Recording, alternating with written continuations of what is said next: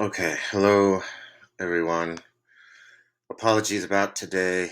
Apologies for my ineptitude in general with things technological, but here I am using my wife's Mac to record the lecture on the United Kingdom, thanks to my inability to make it to class today. I mentioned in a message earlier today, I was in a very bad car accident on Tuesday. Uh, I'm not hurt, but I'm not feeling great.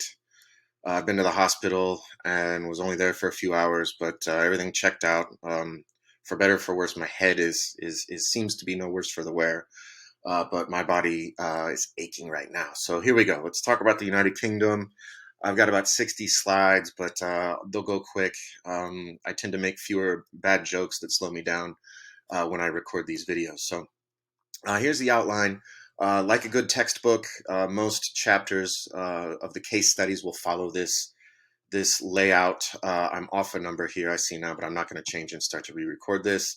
But anyway, we'll walk through, historical overview, talk about politics, society, political economy, and then wrap up.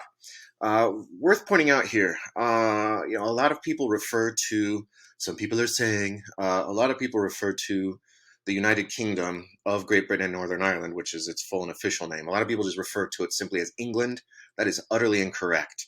What you see on the map here in red is England, right? And it's only one of four nations, and I put nations in quotes because it's not that everyone who lives within the borders of Scotland is a Scot, ethnically speaking, right? But this is the term that the text uses, so I'll go with that. England, Scotland, Wales, Northern Ireland. These are the component subunits of the United Kingdom, right? So just make sure when you refer to the country that you say, United Kingdom, Great Britain works. Britain is pretty acceptable. But yeah, calling it England to refer to the whole shebang is not a smart move, especially if you're speaking to someone from Scotland, Wales, or Northern Ireland. But anyway, why study this case? Most chapters are going to start with me asking you this question. It's kind of a fun way to start a face-to-face class. Less fun doing it this way, but here we go. It's the world's oldest democracy, right? The United States likes to claim that title by virtue of its constitution. But the United States is the oldest constitution still in force. The UK was arguably very much a democracy before the United States Constitution was written. But the United Kingdom doesn't have exactly a written constitution.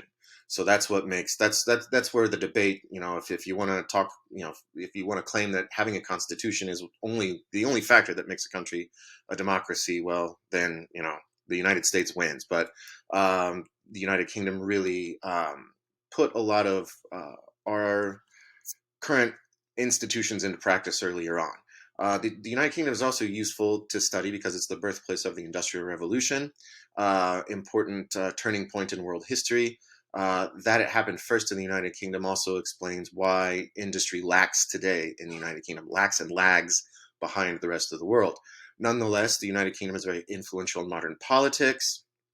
Superficially, we saw this with I don't know how much you follow news from around the world, but when that Queen died, Elizabeth II, earlier this month, the parts of the world came to a stop, right? I mean, the United Kingdom is still pretty influential, superficially and less so around the world. We'll talk about, still continuing with the historical overview here right now. Worth pointing out important shifts in the political system in the UK. Again, we'll talk more specifically about political parties down the road. But in 1979, Margaret Thatcher becomes the first leader in the Western world to truly adopt neoliberal economic policies, very much doing away with state interests in various industries. Paved the way really for Ronald Reagan to embrace such neoliberal policies in the 80s, because remember, Ronald Reagan didn't take office until January of 1981, but he and Thatcher were pretty tight, and Margaret Thatcher was the prime minister, first female to lead the UK, and was prime minister from 79 to 90. She was a leader of the Conservative Party, sometimes called the Conservatives. Nickname is the Tories, one of the UK's largest parties, and has been in government continuously since 2010. you'll see that this is kind of a theme in British politics. One party seems to have the market cornered for about a decade and change, and then slips, and then there's a sea change that lasts for quite a while. Change after Thatcher was in power. John Major came after her for a good term and change. By 1997, the Conservatives were ousted by Tony Blair, leading what he called the New Labour Party. Blair himself was the prime minister from 1997 to 2007. He stepped down. Gordon Brown, former Chancellor of the Exchequer, the Treasury, took over for a short term until 2010. But the Labour Party is the other major party in this system. We'll talk about other parties in a minute. But Blair, kind of like Bill Clinton, and revamping the Democratic Party of the United States, making it more business friendly, which is a polite way of saying more like the Republicans. Tony Blair also moved the Labour Party more toward the free market, which is to say that both Thatcher and Reagan, I think, did a good job of pulling their respective polities, the midpoint, if you will, more toward the right, firmly in the center, to say the least. By 2010, the Brits were pretty worn out with Labour leadership. Conservatives won a coalition with the Liberal Democrats, a centrist party with strong more left-leaning tendencies, and a relatively new party as well. I was actually visited the UK shortly after these elections in 2010, and it was all anyone could talk about, how the Conservatives managed to stay in power only by forming a coalition with the Liberal Democrats, which probably tend to be more similar to the Labour Party than the Conservatives. But the Liberal Democrats had never been in power before, and by forming a coalition with the Conservatives, they mustered enough seats in Parliament to gain a majority. By 2015, parliamentary elections are scheduled every 5 years in the UK. The Conservatives won an outright majority in Parliament and basically said, "Thanks for the memories" to the Liberal Democrats. And David Cameron, who had been prime minister from 2010, became prime minister, or remained prime minister, but without a coalition partner. He and the Conservatives arguably won an outright majority by promising to allow a referendum on what would be called Brexit, on the UK leaving the European Union, although he himself campaigned against it. He, on the platform in 2015, said, "Hey, if I win, we'll hold a referendum. I'm not for the UK leaving the European Union, but, parentheses after the fact, if it helps get me elected, that's what we'll do." So he campaigned against Brexit again, and when the vote was held in 2016, Brexit was approved, and David Cameron stepped down. Right, so the British exit from the European Union began in 2016, didn't take effect until later. But since Cameron had advocated against Brexit, and then it was voted for, he stepped down. Right, that's common in a parliamentary system. If a prime minister authorizes or backs a vote on something that she or they is against, then that prime minister in such system usually takes that as a real vote of no confidence by the voters, and he stepped down. He was replaced by Theresa May, long-serving prime minister, also in the Conservative Party. In a British system, when a prime minister steps down, there aren't necessarily new elections to replace that person. There are internal elections held within the party. Theresa May won that election and became prime minister in 2016, with a great task ahead of her, and that was to negotiate the terms of Brexit, of the UK leaving the European Union. Again, a very rough job, and she took a beating in the press, both Conservative and Labour.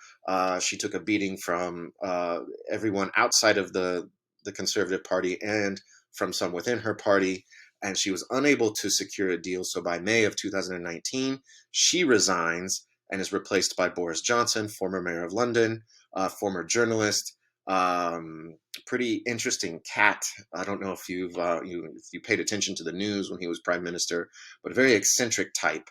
Never seemed to comb his hair, which I found quite offensive. But anyway, he did get a deal done and then managed to really mishandle the coronavirus in a lot of ways. And several scandals came out about him, them throwing parties at the prime minister's residence throughout the pandemic. A lot of other things involved, things that he had lied about, knowing, involving other prime or other members in his cabinet. And eventually he stepped down, and a woman named Liz Truss won the internal party vote to become prime minister, and she assumed the position of prime minister on the 5th of September of this year, about 2 or 3 days before Queen Elizabeth finally dropped dead. But anyway, she's now the current prime minister, and given the fact that the Queen passed away right after she took office, I really, and even though this was only 3 weeks ago, I can't exactly tell you what the current state of affairs is with Prime Minister Truss at present, because the Queen's passing has sucked all the oxygen out of the news.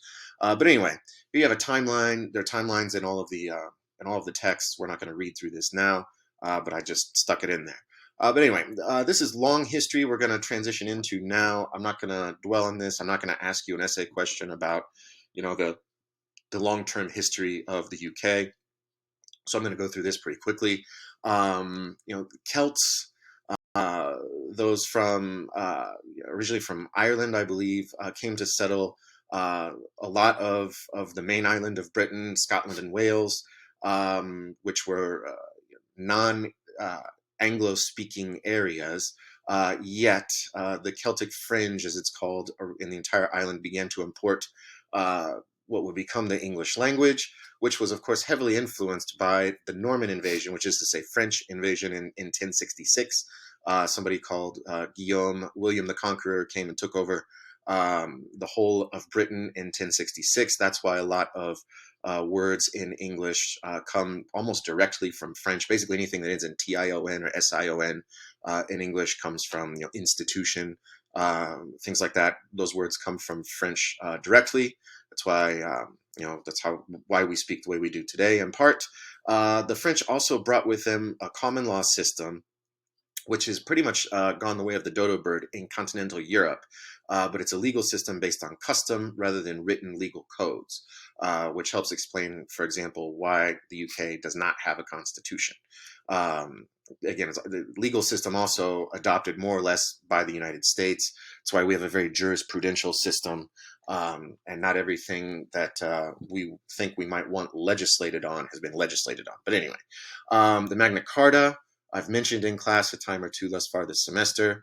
Arguably, I mean, if we want to call a constitution, that is sort of it.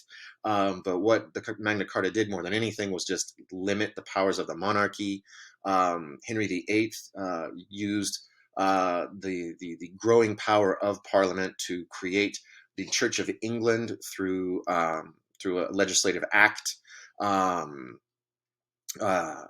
Basically because he didn't want to be Catholic anymore, because he wanted to divorce his wives.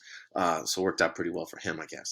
But anyway, throughout the 1600s, in no small part thanks to, I would argue, Henry VIII tweaking, we'll say, the relationship between the monarch and Parliament, there was a power struggle that went back and forth between the two, culminating in the English Civil War in the mid 1600s. Sorry. There was a back and forth with dictatorship, with no monarchy restored. Monarchs come back again in the late 1600s and sign a new Bill of Rights, further limiting the power of the crown. By the early 1700s, we see the crowning of George I, and we see the trappings of the current state as it exists today.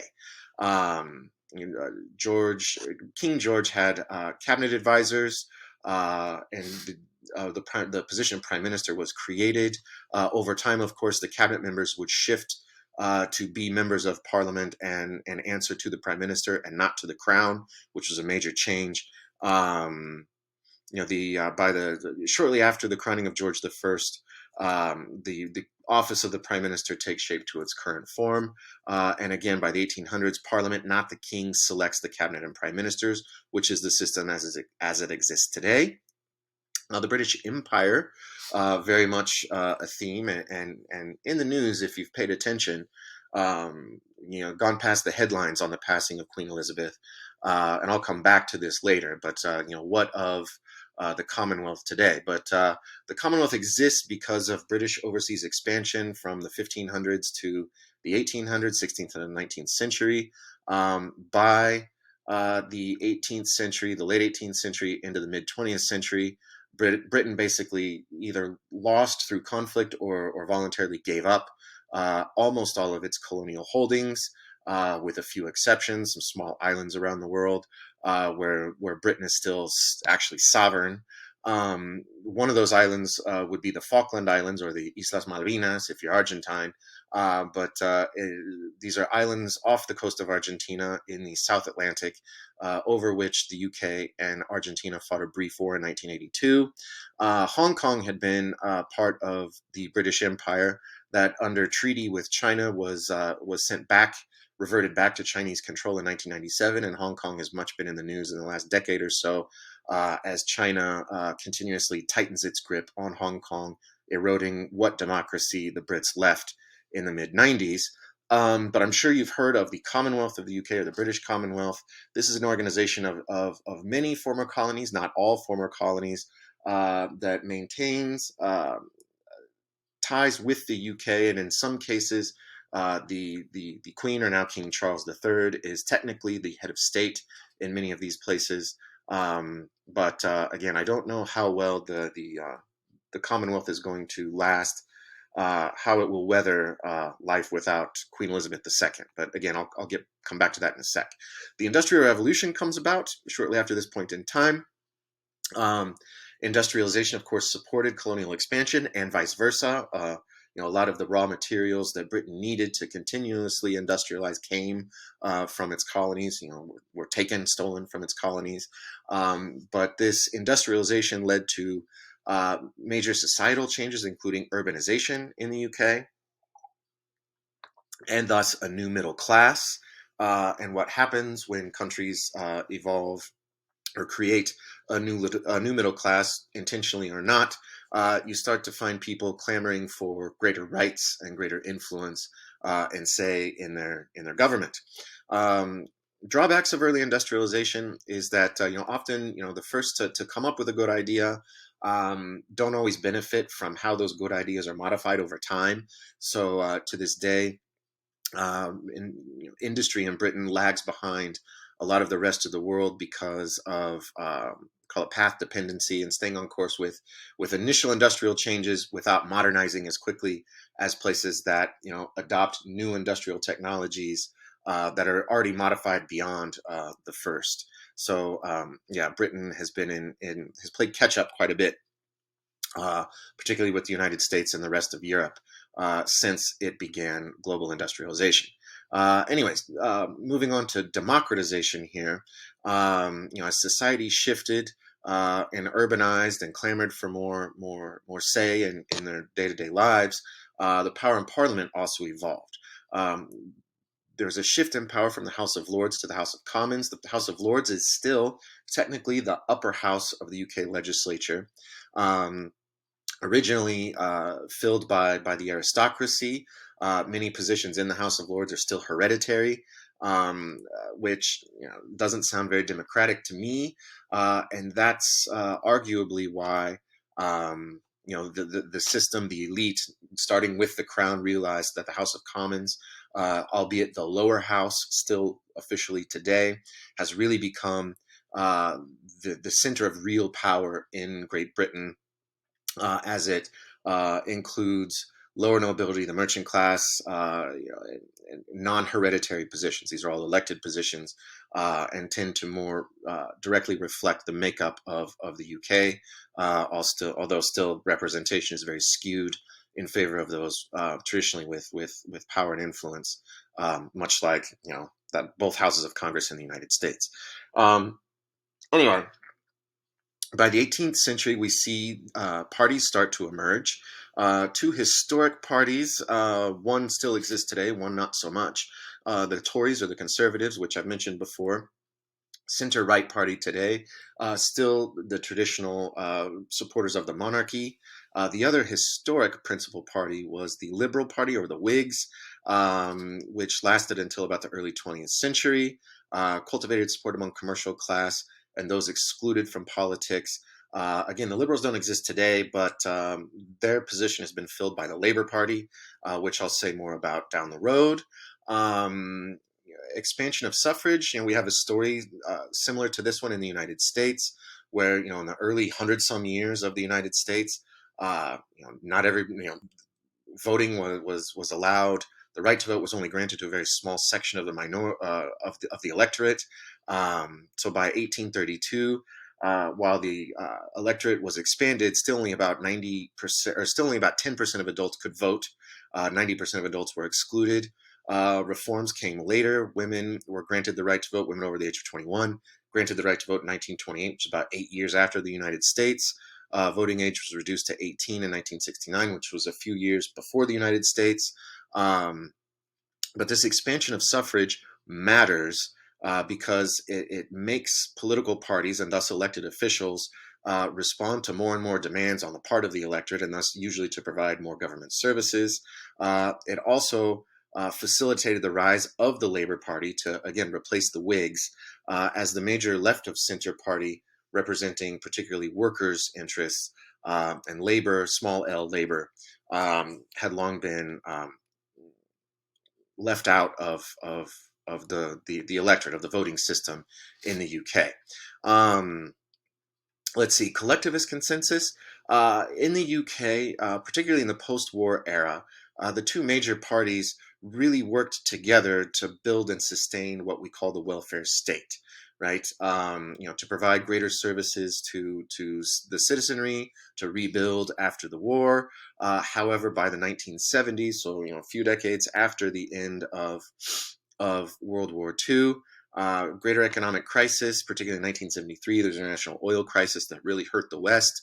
Margaret Thatcher came to power by the late 70s and decided to really embrace a neoliberal revolution, which I mentioned earlier on in this collection of slides, privatizing the government's holdings in industry, which really caused great debate in the system. Again, conservatives tend to really be in favor of this. Those less fortunate in the electorate, very much not so. Reaction, in part, to this wave of neoliberalism throughout the 80s and into the 90s brought Tony Blair into power. Again, I talked about the New Labor, pursued progressive reforms, true, and Tony Blair spearheaded devolution to Scotland, Northern Ireland, and Wales, creation of parliaments there, which I'll talk about down the road here. But like Bill Clinton in the United States in the 90s, he continued to limit social expenditures, right? So like how Bill Clinton and the New Democrats in the 90s were in favor of welfare reform and such, while being in favor of business-friendly policies, Tony Blair basically did the same thing. By 2010, voters were generally pretty fed up with both major parties, and the general election ended with a hung parliament in which no party won a majority of seats until then, as I discussed before, the Conservative Party and the Liberal Democratic Party decided to govern in coalition. Notes here, let's see, I have this here. Notes on national identity and state sovereignty. Touched on this on Tuesday. Mentioned the UK in a few examples on Tuesday, but worth reminding ourselves, in 2014, the Parliament, controlled by the Conservative Party, allowed the Scots to go ahead with a referendum on independence, which did not pass. Scots voted to remain within the Union of Great Britain. By 2015, Conservatives win an out-and-out majority, in no small part because David Cameron had promised to hold a referendum on EU membership, again, which I've already explained. The following year, the UK votes to leave the EU, and that process really polarized British politics. Labour voters and Liberal Democratic voters overwhelmingly in favor of staying in the EU, Conservatives overwhelmingly in favor of leaving the EU, although a lot of Conservative leadership, like David Cameron, um, wanted to remain, as did Theresa May, and both David Cameron and Theresa May lost their position as prime minister because of this. So by January of 2020, the UK formally leaves the European Union, with Boris Johnson in charge of the UK's prime minister, leaving a lot unresolved, particularly the status of Northern Ireland. But anyway, I'll come back to this when we wrap up the session for today. Looking at the regime, again, there's a tradition of majoritarianism, which means the party that controls the system, that is the majority, really has a lot of unchecked power within that system, as there are a few formal checks on the parliament. Right, there are no constitutional limits on the central government, not like exists in the U.S. Bill of Rights, which states expressly things that the government cannot do. There are a few judicial restraints until recently. It is a unitary state, despite being made up of 4 quote unquote nations. And until very recently, very little power was delegated to local authorities. And to this day, there really aren't any constitutionally sanctioned local authorities that exist beyond regional parliaments, which are, again, some of the ways in which reforms have chipped away at parliamentary supremacy. This also includes a new constitutional court, which has a very limited role in judicial review. Constitution, I've mentioned this already. There is no single constitution that exists in the UK. However, there are several documents going back to the Magna Carta, many unwritten rules, which we often call norms, that exist. There are acts of parliament that are meant to spell out, what parliament can and cannot do. Judicial decisions, jurisprudence. This goes back to the system that was brought over by the French in 1066, so on and so forth. Nonetheless, the parliament really is the final authority on law.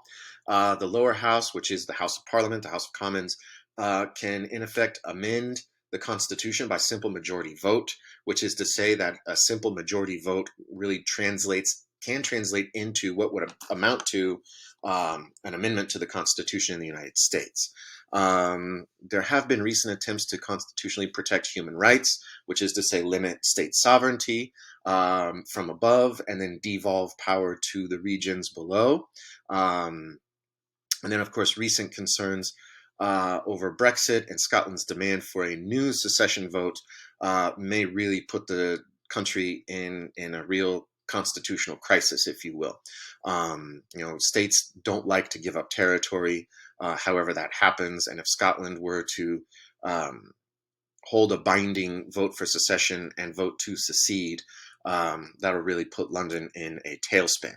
But moving on, regarding the political regime, The Crown is a television show on Netflix, which is surprisingly pretty good, I think. It also refers to the British monarchy, and sometimes to the entirety of the British state. Sometimes it refers only specifically to the head of state. This day and age, though, the Crown, again, thanks to the historical evolution that we've discussed already, must follow the orders of elected representatives, not the other way around. The longest serving monarch was Elizabeth II, who, of course, just passed away. She had succeeded her father, George VI, in 1952. My long-standing joke, as I've been teaching this class for about a decade, was that she had made a deal with the devil to live forever. Almost. That apparently fell through. Jokes aside. Charles III took over in September of 22. And the word on the street is perhaps that the future of the monarchy might be pretty uncertain. I don't know if the British monarchy will survive Charles III, although I'm not going to bet on it.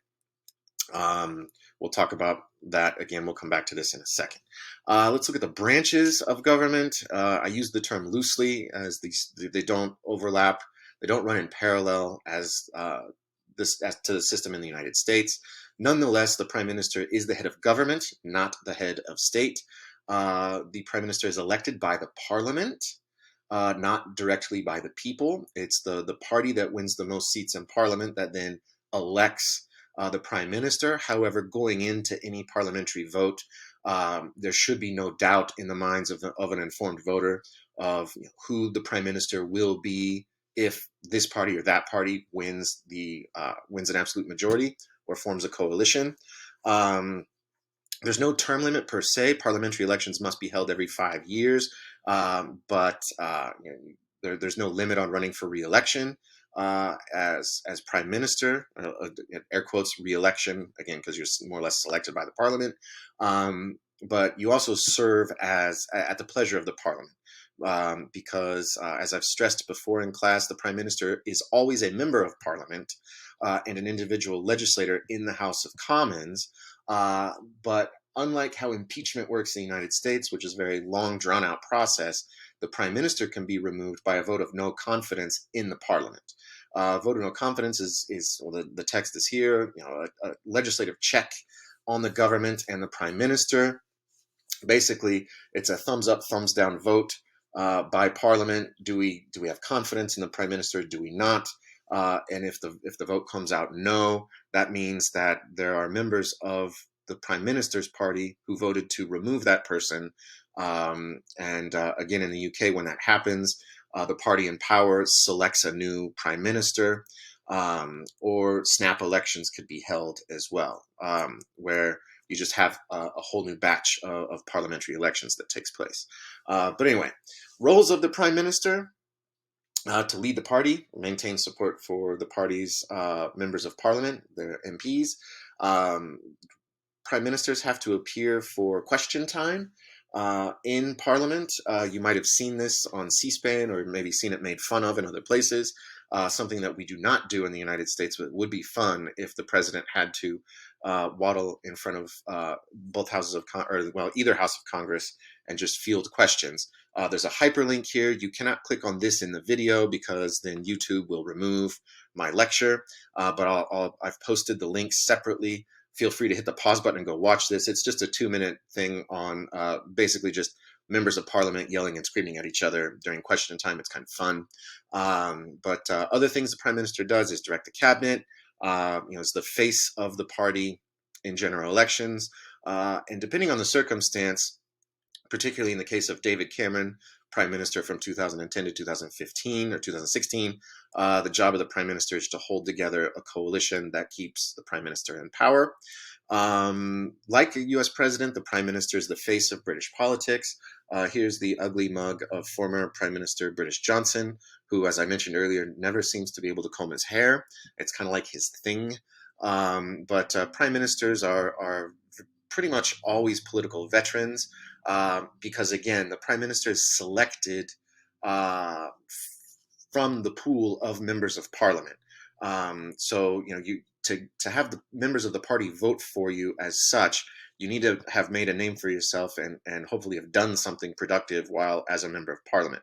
The pathway to leading the government in the UK is not as easy for an outsider like former U.S. President Trump was able to just come out of nowhere, politically speaking, at least. I mean, the guy's been around forever, but to come out, enter politics out of nowhere and become president, that's not very likely in the UK at all.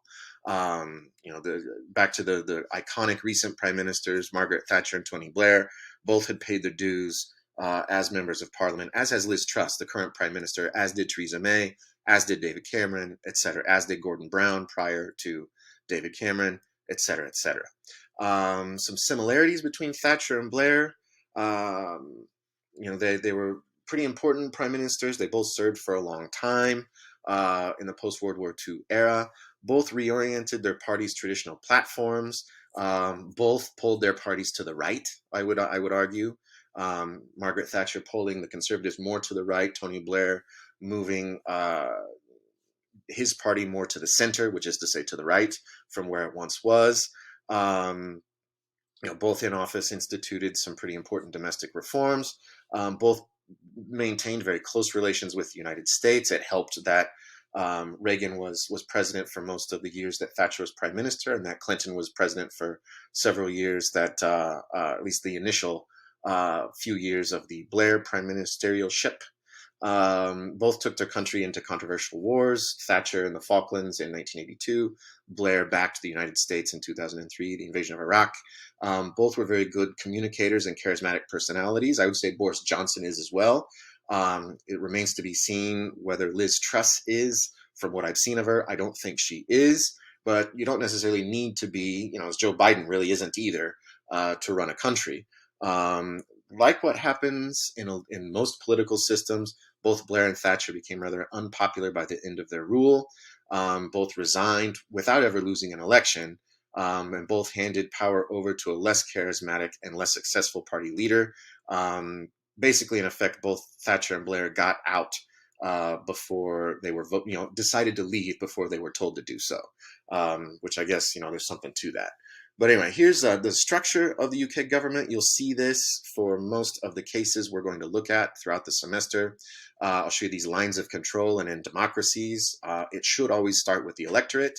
Probably the most important vote is for the House of Commons, again, because the electorate in the UK doesn't directly vote for the Prime Minister. The Prime Minister is selected by the House of Commons.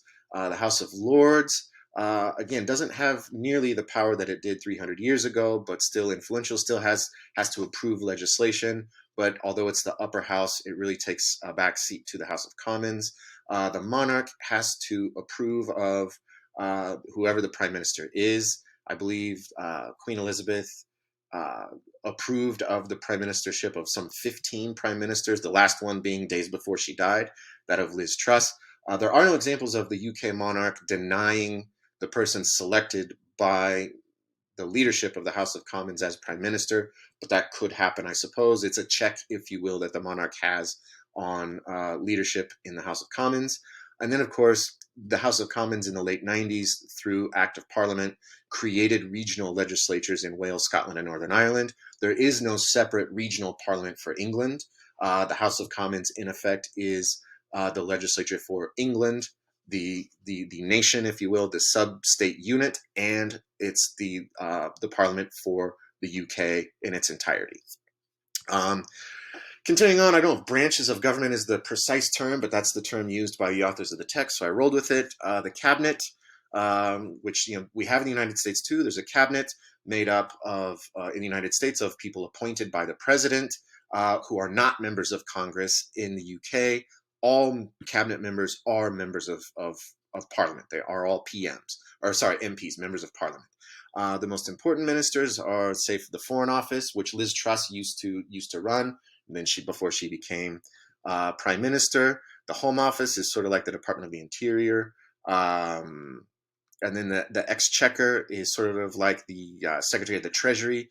And the current Exchequer used to be a long-serving member of Parliament. Gordon Brown, former Prime Minister after Tony Blair, was Chancellor of the Exchequer. So, those who occupy these offices tend to be, form a small list of future MPs or prime ministers. The unwritten rule of cabinet behavior is one of collective responsibility, which means if, say, a cabinet member does not support the government policy or the prime minister himself or herself, they will resign. And that's part of what brought down the Boris Johnson government earlier this year, was that after a certain number of scandals came out, cabinet members started to resign, and that really was the sign that that Boris Johnson's days were numbered. The legislative branch, again, which is not completely disassociated from the office of the prime minister, because, again, the prime minister is a member of the House of Commons, one of the 650 members of the House of Commons. These people are directly elected by voters. They often meet with their constituents, that, like in the United States, I mean, we can go around San Antonio and find offices for our elected officials in Washington, senators and our representative and such. Members practice strong party discipline, which goes back to the previous slide. The general expectation is that you will vote for what party leadership wants you to vote for, lest you lose your position or be asked to resign, which doesn't happen very often at all in the United States. The House of Lords is officially the upper chamber, but in practice much weaker than the House of Commons. Has over 800 members, some of which are life peers. They're given lifetime appointments to the House of Lords. Other positions are hereditary, which helps to just entrench long-standing inequities in the system, I would say. Although through parliamentary acts, legislation, these hereditary positions have been increasingly chipped away at over the years. and there are spots reserved for the officials from the Church of England. The judiciary is interesting. There is a court system in the UK, but it's very much weaker compared to other democracies. There's no tradition of judicial review, which is to say it's very difficult to get a court to, say, review an act of parliament to be considered illegal. It doesn't really happen, which does happen, not every day, but it happens in the United States. And thus, by definition, all laws passed by Parliament are constitutional. However, the judiciary has gained greater political influence, say through the establishment of a Supreme Court very recently, back in 2009. The reasons behind this shift are governing controversies, say like Brexit, and that of the United Kingdom embracing international law. I think there's a long history of recognition on the part of those in power in the UK that they probably have too much of it and need to cede more and more back to the people in the form of greater wider electorate to elect those in Parliament, or then Parliament deciding to create regional parliaments as well. In today's modern democratic state, we tend to view it as better for the system that there be not just one nucleus of power, if you will, but rather power shared institutionally throughout the system. Regarding the judicial structure, again, this is a broader legal system characterized by common law, very much more similar to the United States, helps us to understand why we have the system we do in the United States, characterized by common law, jurisprudence, and less so a code law system in the rest of Europe. You look at constitutions in most of Europe, Spain, France, Portugal, Italy. I mean, they're longer than the New Testament, whereas the Brits don't even really have a written constitution. The United States Constitution is literally a few paragraphs long. So just a different type of legal system that's a lot looser than legal systems in the rest of Europe. But there is an elaborate hierarchy of civil and criminal courts, and a complex system of appeals, which we do have in the United States. Civil courts would be cases that private individuals bring against each other. Criminal courts, of course, is when the state brings charges against an individual for violating the law. The electoral system is unique. It's a parliamentary system, but it's not based on proportional representation as most parliamentary systems are. When we talked about parliamentary systems and proportional representation, if you'll recall, in some systems, people vote only for a party, and then the makeup of parliament is based on the percentage of votes that each party gets. There are districts in the UK, like we have districts within states in the United States, and the person who gets the most votes within a district wins that spot. It's called the first past the post system. It's very much winner take all. At the national, for lack of a better term, level, the UK level, there's no ranked choice voting yet or anything of the sort. So just whoever wins the most votes out of however many candidates, you don't necessarily need a majority. You win that position, you win that district, and you go to Parliament. And then based on who's elected into Parliament, the party in power then selects the prime minister. But again, all parliamentary elections in the UK, every voter should know who the prime minister would be if party X, Y, or Z were to win. The regional legislatures use other electoral systems. I think either Northern Ireland or Wales uses a ranked choice voting. But anyway, I'm not going to ask you an essay question on that. The constituencies are based on population, revised every 5 to 7 years. We do this in the United States. It's called gerrymandering in the United States. It's done less for political advantage, or less nakedly so in the UK than in the United States. Like in the United States, how some of us are pretty fed up with how gerrymandering works from state to state. In the UK, there have been attempts to reform the system, but none have been successful. Consequences of these rules is that the two main parties pretty much have maintained dominance, particularly the Conservative Party, which does receive votes from all around the country. Regional parties can do pretty well in the UK. For example, the Scottish National Party. Scotland used to overwhelmingly vote for the Labour Party, and I think part of what explained the Conservatives' dominance of the system for the back third or so of the 20th century and into the 21st has to do with the Scottish National Party running on, well, Scottish independence and taking a lot of votes away from the Labour Party. But parties that are nationally dispersed, smaller parties that are nationally dispersed, like the United Kingdom Independence Party, have really struggled. The Conservative Party has been around long enough that it does well around the country. The United Kingdom Independence Party, which is a pretty right-wing party, is very in favor of Brexit. It's very anti-immigrant. Doesn't seem to do as well in any one region, and thus doesn't do very well across the board. But you can see in any given year, the party in power, going back to say 2010, only receives 36 of the votes, but translates into 47% of the seats. Right, that's the power of a national party.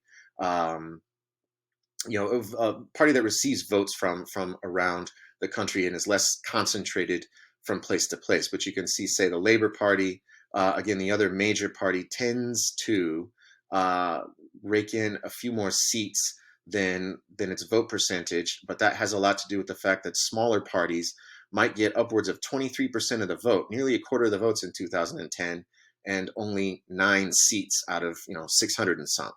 So that's a really poor showing, but that's because the votes for the Liberal Democratic Party are dispersed throughout the country, and it's very, very much a third party within the system. So this is just a different way to visualize the results from the 2019 elections. The Conservatives did not win an absolute majority of votes, but did win an absolute majority of seats, right? Which is to say that even in districts that it maybe lost, it picked up a fair amount of votes. And the Labour Party in 2019 stuck closer to the votes and seats percentage, but for the smaller parties like the Liberal Democratic Party, 11.5% of the vote, only 1.7% of the seats. The Scottish Nationalist Party, because it's concentrated in Scotland, as a percentage of the UK, I'm circling the cursor here, not even 4% of the vote, but because it was all concentrated in Scotland, that translated into 7.4% of the seats. But you can see here that a Conservative victory based on a small change in votes can translate into a real electoral difference, right? In 2019, the Conservative Party won, again, 56.2% of the seats on 43% of the votes, right? And that was an increase if you compare the vote result in 2017, Boris Johnson called snap elections, won a slightly smaller percentage of the vote, and the difference in the seat count was quite large. But anyway, moving on here, local government, worth reminding ourselves yet again, this is a unitary state with centralized power in London. There were no formal powers reserved for local or regional government until very recently. Different leaders, different regional powers. Thatcher was very much against devolution of power to the regions. Tony Blair led the charge to create regional parliaments, which is devolution to the regions. And this trend has continued under Conservative leadership in recent decades.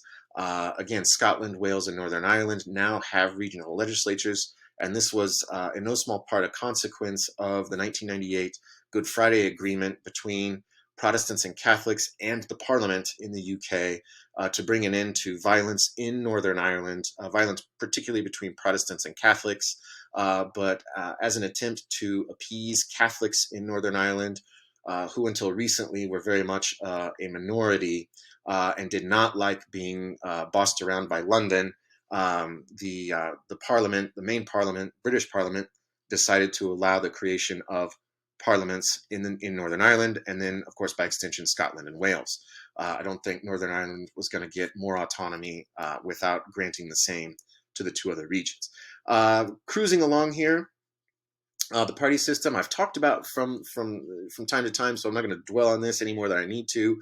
But again, two-party system from World War II to the 70s. By the time the Liberal Democratic Party came about, really didn't disrupt the system per se, but has been a player enough to have been in government again in coalition from 2010 to 2015, which is why we call this a two and a half party system, right? Something we do not have in the United States. But the major parties are the national parties, the Conservatives, the Lib Dems, Labour Party, and UKIP, the United Kingdom Independence Party, which I just mentioned, and then several regional parties, the most important being the Scottish National Party.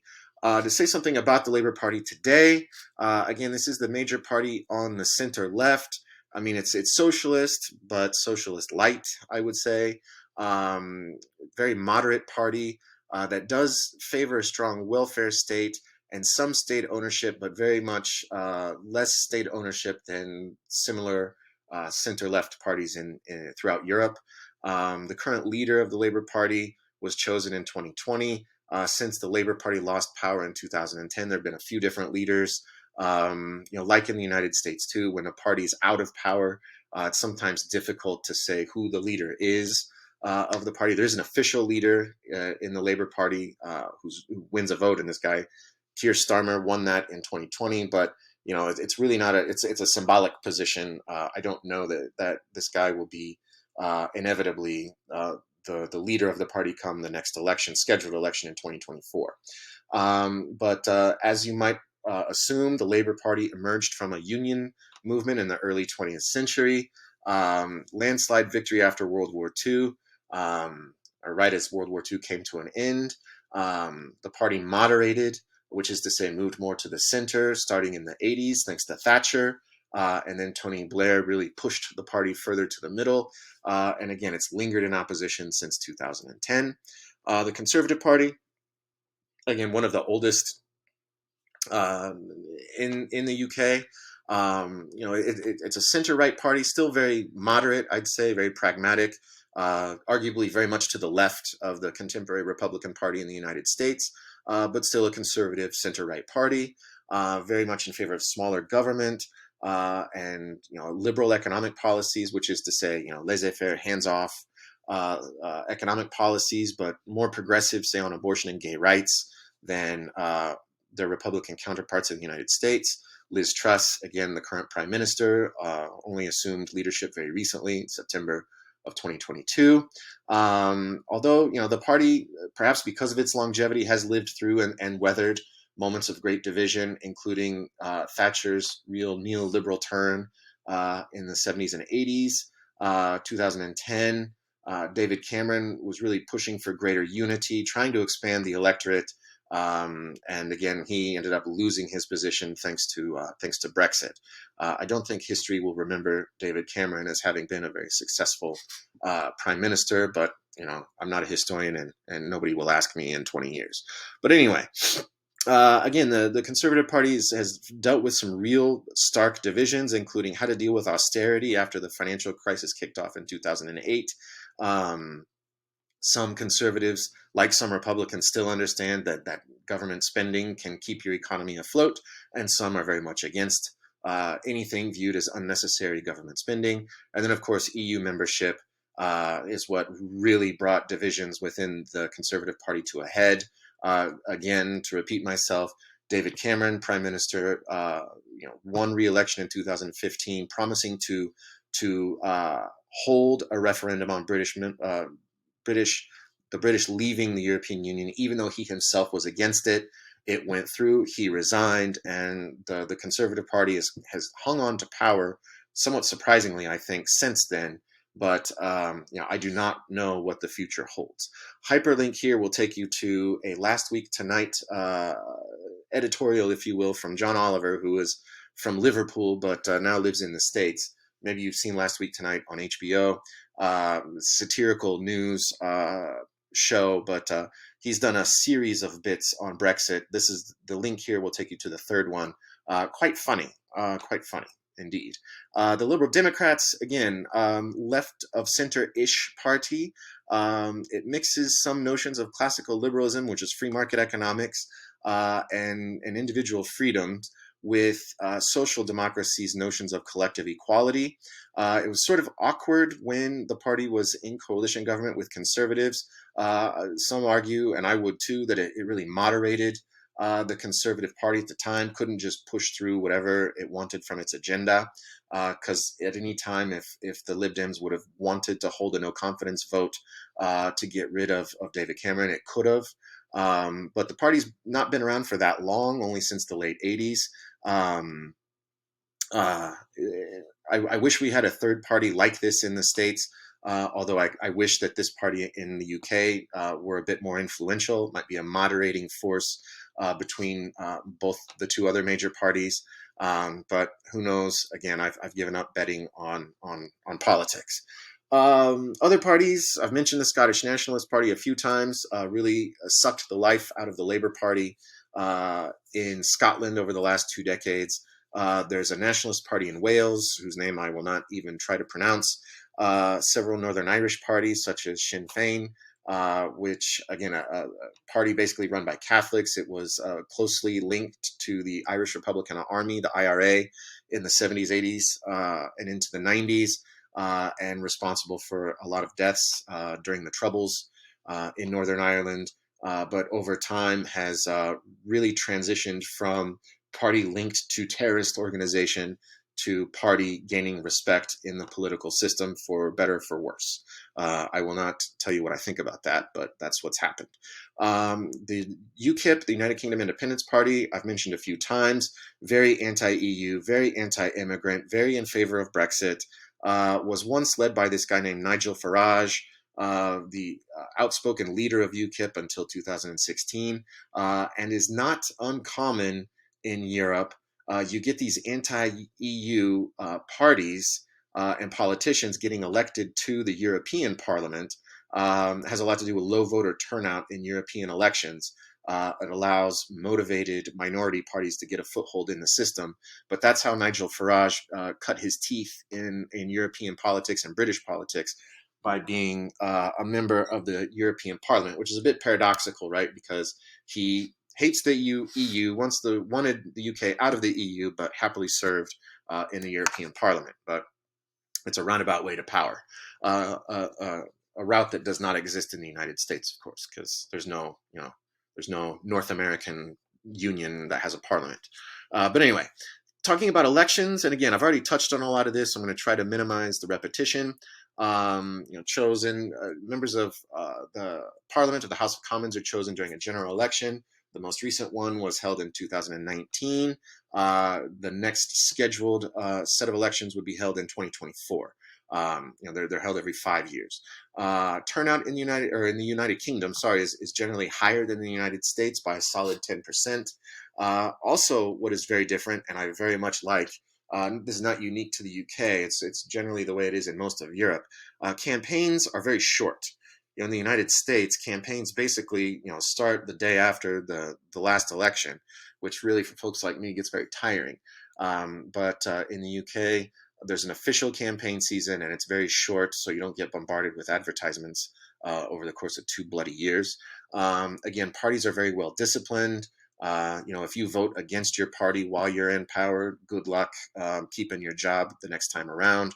All parties have what they call policy manifestos, which we call platforms in the United States. So people should know what they're voting for, when they vote, according to who they vote for.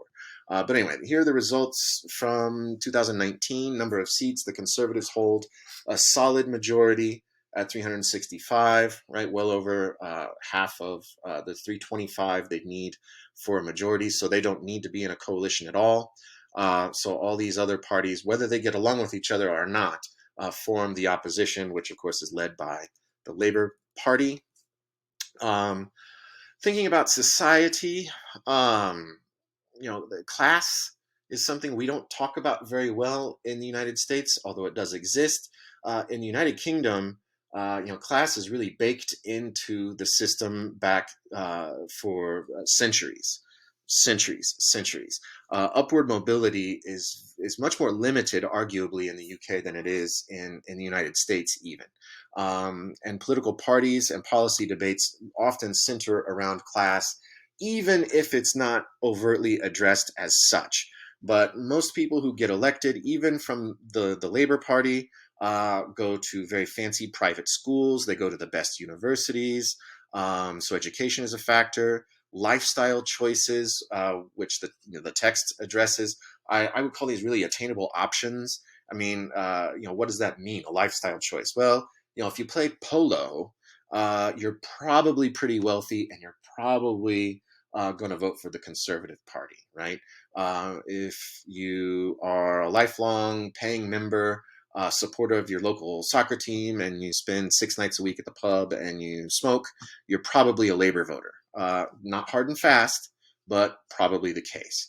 Regionalism reinforces class identity as well. If you know anybody from Northern England, for example, ask them. Ask them if people from other parts, particularly around London, Oxford, Cambridge, if their accent gets made fun of. It's not that we don't have this in the States, regionalism based on accent. We do, but it's cranked up to 11 in the UK. Other conflicts, divisions, if you will, and I've touched on this already. Northern Ireland is the northern, maybe quarter-fifth of the island of Ireland. The bottom, 75-80% is the Republic of Ireland. But Northern Ireland used to be overwhelmingly Protestant, which explained why the Unionists, as they were called, wanted to remain in union with the United Kingdom. The tension between Catholics and Protestants in Northern Ireland culminated in the Troubles, again, which I've mentioned already, about 3 decades of violence between Northern Ireland's nationalists or Republicans, who were mostly Catholic, fighting the Unionists or Loyalists. They were loyal to the British Crown and mostly Protestant, right? So this is a ethnic conflict that really is driven by religion. By the 1990s, the British government began peace talks with the IRA, the Irish Republican Army, an extension of the nationalists, the Catholics. Again, I've already mentioned the Good Friday Agreement, which led to the end of political violence there in Northern Ireland, and was again the catalyst that led the British government to allow greater leeway to not just Northern Ireland, but also to Scotland and to Wales. Devolution, if you will. Other ethnic and religious divisions in the country, 1960s, there were great inflows of migration from former colonies as Britain decolonized. Members of the Commonwealth, members of Commonwealth states have a much easier path to migrate to the UK than those who aren't. By the 1990s, we saw great waves of immigration from EU members, and even greater by 2004 once Eastern European countries joined the EU, and then many, particularly Poles from Poland, migrated en masse to the UK. Islamic extremism is increasing. We saw this throughout the 90s and 2000s. You might recall, well, you're probably very young, July 7th, 2005, I believe the media started calling them the London train bombings. We also bombed some buses. As a consequence, arguably, of migration, particularly from former colonies. The state, I don't think, truly knows how to address these problems. And at the same time, regionalism is on the rise, whether that's in the form of the Scottish Nationalist Party or the Welsh Nationalist Party, who advocate for more devolution and or outright independence from the UK. Here's an idea of ethnic makeup of the UK, still overwhelmingly white, but with ever-growing numbers of British citizens of South Asian origin, whether that's India, Pakistan, Bangladesh, Nepal, etc. Black Britons, again, numbers are growing. Traditionally, the Black Britons would arrive from places like Tanzania or Jamaica, parts of the Commonwealth. Numbers are increasing today, but again, still overwhelmingly a white country. The question is, how will changing demographics shift policies in the future? I like the future of the Republican Party in the United States. If the Conservative Party were to increasingly identify itself in practice, maybe not officially in name, but as a party of the white elites, I don't see a bright future for the Conservative Party. But I'm not going to hold my breath for its demise. Religious makeup of the country. My gut tells me this 4% figure from the textbook is probably pretty low. My guess is better data would result in a higher number. Still overwhelmingly Christian, although like the United States as well and other parts of Europe, many people are identifying as having no religion at all.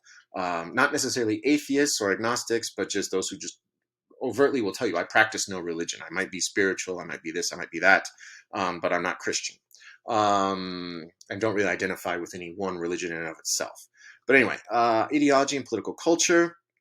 Again, the United Kingdom is strongly influenced by classical liberalism and by extension, the Conservative Party, which very much embraces classical liberalism. The welfare state really grew after World War II, and we see the rise of some social democratic values, a national health system. Like I said, in many ways, the Conservative Party in Britain is very much to the left, which is to say simply more centrist than the Republican Party in the United States. Political culture is considered to be rather pragmatic and tolerant. Political radicalism, as defined by the text, is pretty rare. There have been some examples of very isolated political violence in the UK. Occasionally, in the last several years, a couple of members of parliament, have been assassinated. But it's arguably even rarer than in the United States. Nonetheless, debates over devolution going back to the 90s, immigration in the 60s to today, and Brexit more recently have polarized politics in ways that would not look unfamiliar to those of us in the United States. Shifting gears to the economy, and I'm about done. I'm wrapping up here, I promise. This is the birthplace of the liberal economic model. Right, Adam Smith, the guy who wrote The Wealth of Nations, the laissez-faire economics, free market economics, was a Scot, if I'm not mistaken. But again, Thatcher really embraced neoliberalism and minimized the state's role in the economy, going back to the 90s. But very much today, a post-industrial economy, as we talked about on Tuesday of this week. You can look here, agriculture by labor force makes up only 1% of the population in a country that produces a lot of agricultural goods. Industry, only about 15%, and the service sector, 84%, right? This is what most developed economies are going to look at or look like by labor force. But as I mentioned earlier, industry in decline has a lot to do with the fact that it was very much an early industrializer and has been slow to keep up with other countries. Think of it as a parallel. Maybe the United States, pretty technologically advanced, electrified the country much before most other European countries had electricity in every little small town. But to this day, the power grids in the United States are very much behind in technological advancement than a lot of other developed economies. This sums up the United Kingdom as well. Industrialized early on, but you get stuck in a rut with what initially was very advanced technology, but very quickly becomes borderline obsolete. And that helps us to explain why industry in the United Kingdom lags behind production in other places. Also, the burden of empire, right? The United Kingdom clung to its empire through World War II. It's very expensive to maintain, and ultimately facilitated the decline in international influence of the UK post-World War II. The United Kingdom was also slow to integrate with the rest of Europe. It was a relatively late joiner, one of the last advanced economies to join the EU in the early 70s, and we know how that ended. And this collectivist consensus made the UK slow to adopt necessary economic reforms.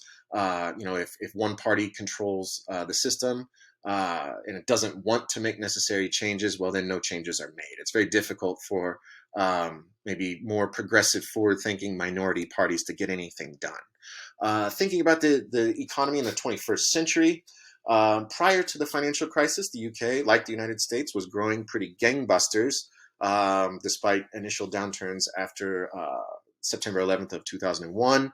But the 2008 financial crisis really hurt the UK in no small part because of its ties to Europe and other European economies that really suffered after in the aftermath of the crisis. Neoliberal economic policies may have helped to promote growth, but significantly increased the UK's already high inequality to this day. I'll leave it at that. Theresa May's Conservative government called for building an economy that worked for all citizens, but like David Cameron wanting to build a big society, this didn't really work out. Theresa May, I think, was really hobbled by the rain cloud of Brexit over her head for 3 years. However, this increased spending has exacerbated the UK's budget deficit. Budget deficits are realities in the UK, like they are in the United States. And while some advocated leaving the EU would reduce that deficit, it also was a real blow to trade. And so the UK, some economists tell us, have lost upwards of a fifth of pushing $170 billion in lost growth since the Brexit kicked off here. So here you see the economic debate over Brexit. Boris Johnson here claims that Brexit can help reinvigorate non-EU trade relations. However, those in his own government have been less optimistic, and realities have I think, proven the critics correct. The fantasy was that Britain would just rise above Europe and be better off alone, and the realities have been political chaos, trade chaos, economic uncertainty, so on and so forth. And again, Northern Ireland remains part of the UK, and it shares an island with the Republic of Ireland that is a member of the EU. So having that land border there has very much been a concern. And this brings me to my penultimate slide, next to last slide here, looking at current issues. Brexit has been the issue in the United Kingdom for the last 5 years or so, 6. These numbers might indicate maybe how that happened. Britons tend not to trust, I mean, like Americans, we tend to be pretty skeptical of government. The Brits are the same. Trust in institutions like the European Union, national parliament, national government are much lower than they are in these limited examples of France and Germany. Might help us to explain why voters decided, I would say rather foolishly, to leave the UK. And anyway, worth mentioning again, the bid for Scottish independence. Again, I mentioned this on Tuesday, that Scotland voted in 2014 in a referendum to stay part of the UK, not knowing that the UK would vote to leave the EU.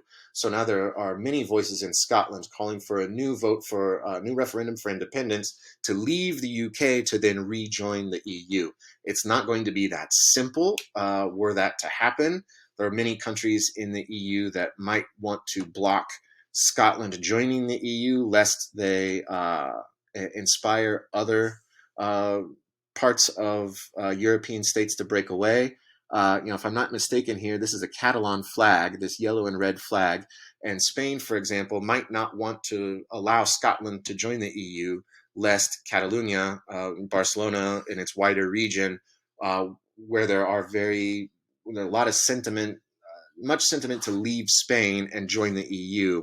Again, it's not that simple. So Scotland is a real point of uncertainty for the future of British politics. Northern Ireland, to a lesser extent, I think were it to leave the United Kingdom, would be welcomed with open arms into Ireland, which would solve that problem. But I don't know what an independent Scotland would be able to do vis-a-vis the EU. But anyway, that's my slideshow for now. We're done. I apologize for having to do this way, but here we are. Take care. I'll see you soon.